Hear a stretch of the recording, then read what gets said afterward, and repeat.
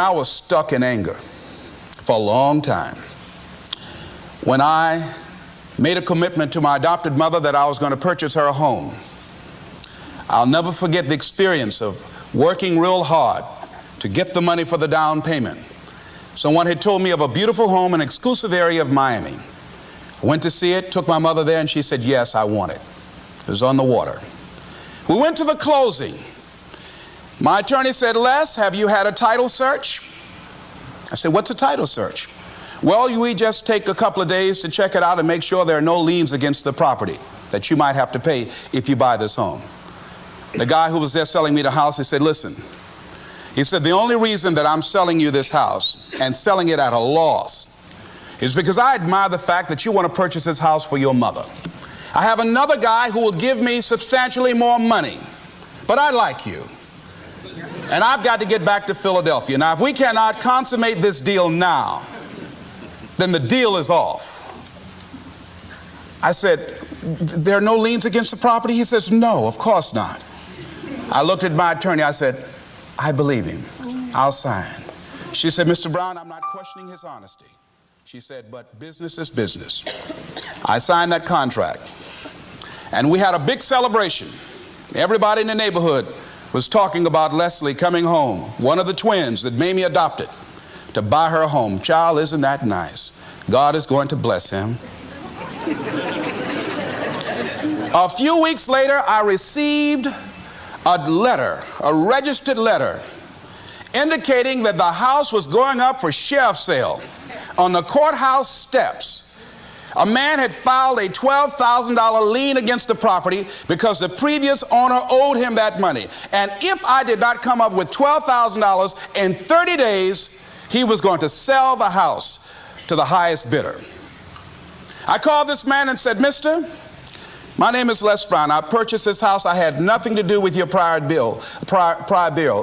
He said, that's not my problem.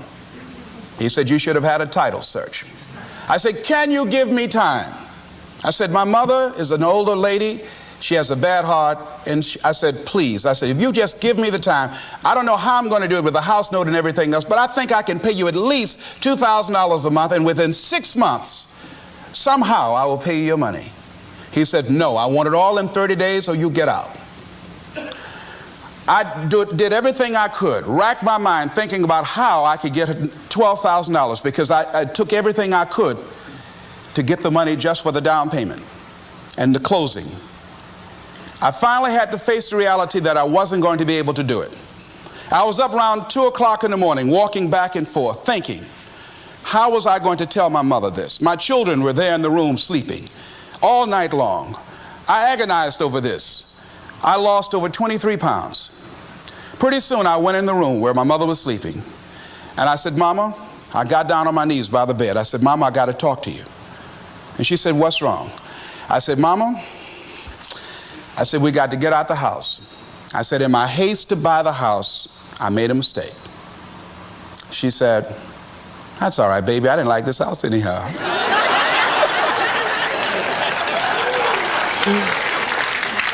I said, Mama, you told me you loved it.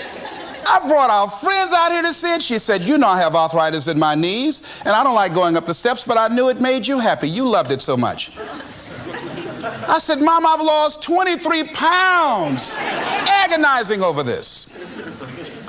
Well, we had to pack up and go back to the old house down the street from Northwestern High School in Liberty City. All those neighbors who came out and saw us leave, those neighbors were there as we were coming back. We went in the house, the roaches were playing cards saying, come on in and take a hand. I was wiped out. I was embarrassed and humiliated. Words cannot encompass the symbolism of what I felt. I remember when I was unloading the furniture and I began to cry. My sister came by. You know you didn't have any money to buy no house, Mr. Big Time. Hadn't given me a quarter. You know Mama got a bad heart now, y'all, back where you belong. As I was crying and my head down, taking furniture in, my mama said, hold your head up. I said, Mama, I just feel so bad about this, Mama. She said, hold your head up and dry your tears. You have nothing to be ashamed of. And I did, as we unloaded that furniture in that house. For several weeks, I was numb. I was immobilized with anger. If I had seen that guy, I was thinking about flying to Philadelphia. I had all kind of dreams about him.